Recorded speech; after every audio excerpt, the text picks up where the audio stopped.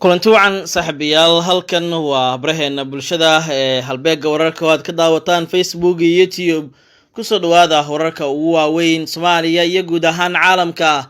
qodobada maanta warkeena aad ku daawan doontaan waxaa ka mid noqonaya Deni iyo Diano oo isfaham hordhaca ka gaaray xiisadii Boosaaso, ugu dambeynna loo daayay in Diano inuu sii haysto maamulka ciidanka BSF.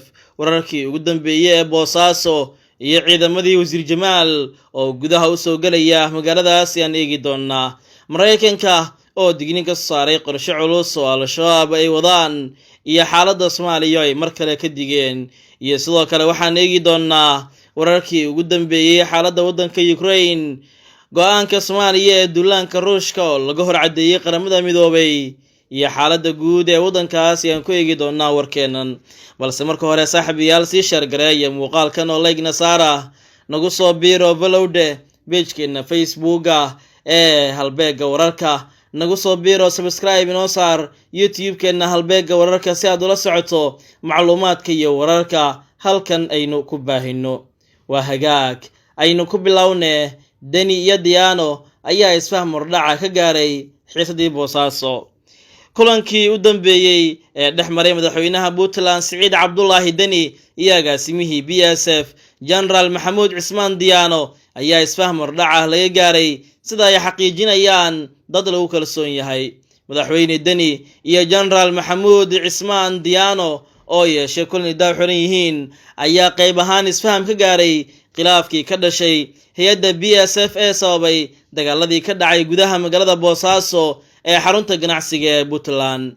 labada dhinac ayaa ku ballamay kulan kale oo lagu dhameystirayo isfahamka hordhaca ee laga gaaray arrinta BSF si loo xaliyo khilaafkii jiray. warar qaar ayaa sheegaya in ugu dambeyn maalinta Jimcaha biri ku beegan lagu wado in labada dhinac ay gaaraan heshiis dhameystiran. si kastaba arrintan waxaa si weyn uga shaqeeyay waxgaradka yeesimada Puntland, kuwaas oo ka shaqeeyay soo dhaweynta Siciid Deni iyo BSF, inkastoo agaasimaha BSF uu iska diiday in Siciid Deni ugu tago xarunta madaxtooyada Boosaaso, isagoo sheegay in sababo ammaan iyo arrimo kale ay ku qasbayso inuu istagi karin halkaasi. wuxuuna dalbaday in labada dhinac ay isugu yimaadaan meel aan ahayn xafiiskiisa iyo kan Siciid Deni oo dhexaada sida hadalka ay u dhigeen ilaa la hadla halbeega wararka.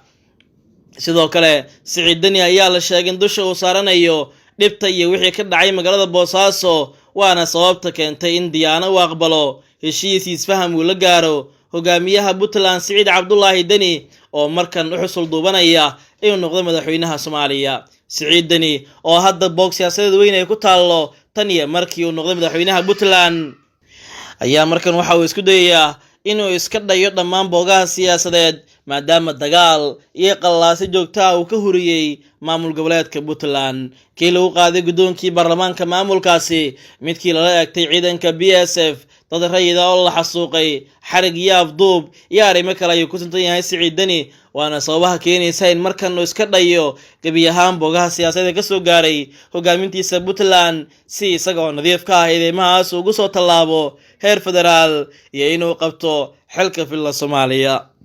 balse dadka falanqeeya arrimaha siyaasadda ee Soomaaliya waxa ay ku doodayaan in Siciid Cabdullaahi Deni oo ku fashilmay hogaaminta Puntland aysan suuragal ahayn xilligan inuu u taliyo Soomaaliya oo idil, maadaama uu ku suntan yahay hogaamiye keligii taliyaysa ah oo aan dalkii dadka ka naxaynin. Siciid Deni markan waxa uu dhameynayaa dhammaan mushkiladaha iyo qallaasaha kaga holcaya dhanka iyo magaalada Boosaaso ee xarunta gobolka Bari. waxaad daawanaysaan warkeena halbeega wararka. iminkana aan soo qabanno Mareykanka oo digniin ka soo saaray qorshe culus oo ay Al-Shabaab wadato sida hadalka loo dhigay. digniino kulul ayaana soo baxaya. dowladda Mareykanka ayaa saartay digniin cusub oo ku socota shirkadaha diyaaradaha rayidka ah ee ku duulaya hawada waddanka Kenya si ay uga hortagaan ama uga digtoonaadaan weerarada suurtagalka ah ee ka imaan kara dhanka kooxda Al-Shabaab. war ka soo baxaya dowladda hawada Mareykanka ee VA ayaa lagu sheegay in kooxda Al-Shabaab ay weli heesaan hub xoogan oo awood u leh in ay ku beegsadaan diyaaradaha jooga hoose ku duulaya, gaar ahaan xilliyada duulista iyo degidda. digniinta Mareykanku waxa ay sii kordhinaysaa walaaca shirkadaha duulimaadyada oo horeyba ay u sii wajahday khasaare maaliyadeed oo ballaaran oo ay sabab u tahay xanibaadaha safarka si loo xakameeyo faafidda caabuqa daran ee COVID-19. warbixintu waxay sheegtay in khatarta ugu weyn ay ka imaan karto marinka duulista ee isku xiriiriya waqooyi bari Kenya iyo Soomaaliya halka aan laga saarin marinada isaga kala goosha Nairobi iyo wadamada bariga fog sida Dubai, India iyo China. Al-Shabaab ayaa hore u muujisay awoodeeda iyo ujeedka ku aadan fulinta weerarada ka dhanka ciidamada ammaanka Kenya, dadka rayidka ah iyo danaha reer galbeedka ee wadankaas, gaar ahaan soodinta bari ee Kenya la wadaagto Soomaaliya. ayaa sanad ka hor sheegtay in weerarkii 5 Janaayo 2020 Al-Shabaab ku qaadeen Kamsimba oo ay degan yihiin ciidamada Mareykanka ay ku buriyeen diyaarado badan, taas oo muujinaysa beegsigooda ku aadan waaxda duulista rayidka. Mareykanka wuxuu hoos ka xariiqay in ururkan ay heesaan ama ay heli karaan hub kala duwan oo ay ku beegsadaan duulimaadada, gaar ahaan gantaalada iyo hubka lidka diyaaradaha oo ku jiro qoriga loo yaqaano man portable ama man birds qoriga la yiraahdo. gudaha Soomaaliya ururkan ayaa dhowr jeer oo hore weerar ku qaaday diyaarado rayid ah, waxaana weeraradaasi ka mid ahaa duqeyn toos ah ay ku qaadeen garoonka diyaaradaha Aadan Cadde iyo qaar ka mid ah garoomada diyaaradaha ee ku yaala gobolada dalkan Soomaaliya.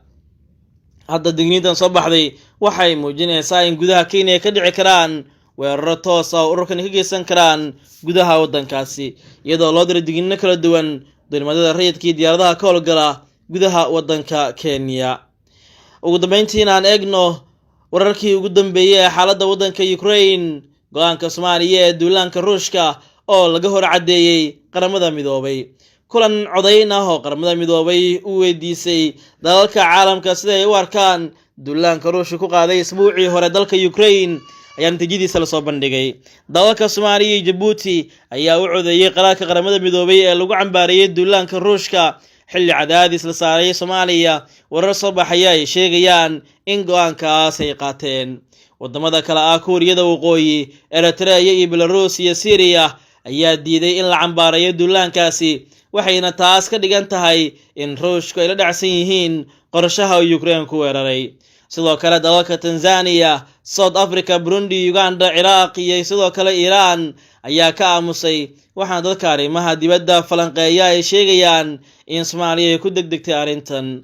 maalmo ka hor wadamada ama danjiraha midowga Yurub u qaabilsan Soomaaliya, haweeneyda lagu magacaabo Tina Intelman ayaa ka codsatay Ra'iisul Roble in Soomaaliya cambaarayso duulaanka Ruushka, taas oo ugu dambeyn maanta Soomaaliya aqbashay dalabkaasi qaramada ka soo yeeray ee ku aadan in la cambaareeyo weerarka Ruushka ku qaaday gudaha dalka Ukraine.